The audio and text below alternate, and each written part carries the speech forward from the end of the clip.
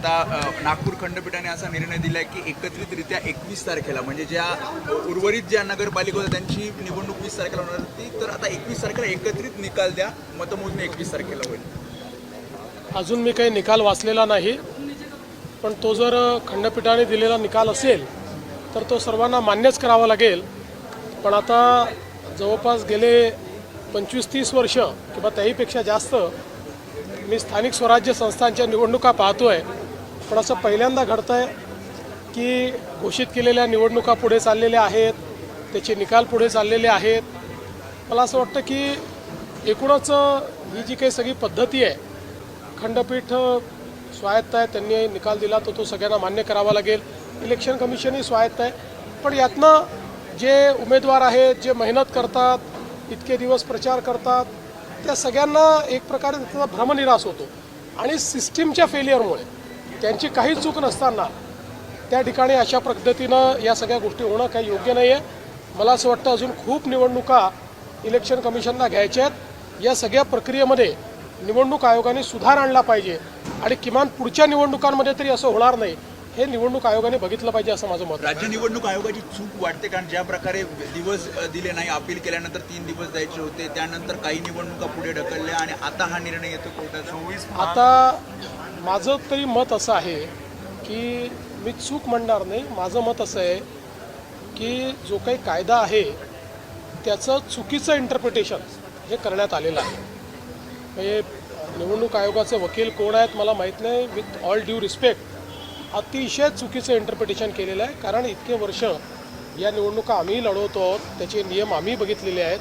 मीही अनेक वकिलांची त्याचा सल्लामसलत केलेली आहे. माझं मत आहे की हे चुकीचं इंटरप्रिटेशन आहे आणि त्यातनं ही निवडणुकीची सगळी प्रक्रिया, कारण मी पुन्हा एकदा सांगतो की ज्या ठिकाणी सगळ्या गोष्टी फॉलो झालेल्या आहेत अशा ठिकाणी कोणीतरी कोर्टात गेलं आणि कोर्टाने त्याला दिलासाही दिला नाही, तरी तो केवळ कोर्टात गेला म्हणून त्या ठिकाणी निवडणुका पुढे नेणं हे कुठल्याच तत्वात बसत नाही. हे अतिशय चुकीचं घडलेलं आहे. ठीक आहे, आता मी त्याच्यावर अधिक बोलणार नाही. या संदर्भात माझी पर्सनल नाराजी ही मी कालही प्रगट केलेली आहे आणि ती कायद्यावर आधारित आहे. माझी काही इलेक्शन कमिशनवर नाराजी नाही आहे. माझी नाराजी कायदेशीररित्या होत नाही याच्यावर आहे. जे 50%चं वरचं 50%च्या वरती जे आरक्षण गेलेलं आहे,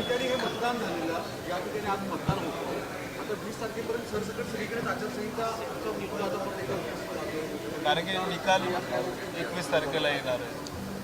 आता ते परत इलेक्शन कमिशनने ठरवायचं आहे.